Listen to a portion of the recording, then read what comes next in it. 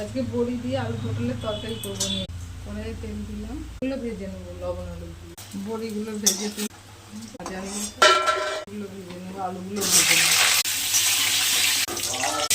লঙ্কা দিলাম, একটু পাঁচফোড়ন, একটু তেজপাতা দিলাম, একটু মশলা আছে শুকনো লঙ্কা, আদা, জিরে বাটা, লবণ দিয়ে হলুদ দিলাম, চিনি দিলাম, দই দিয়ে দিলাম, ফাটিয়ে রেখেছি বাটিটা দিয়ে একটু জল দিয়ে দিলাম, পটল আর বড়িগুলো দিয়ে দিলাম, কষানো হয়ে গেছে, দিয়ে দিলাম, 10 মিনিট ফুটবে, গরম হবে। আলু পটলের তরকারি, একটু গরম মশলা দিলাম, এবারে নামিয়ে দিলাম।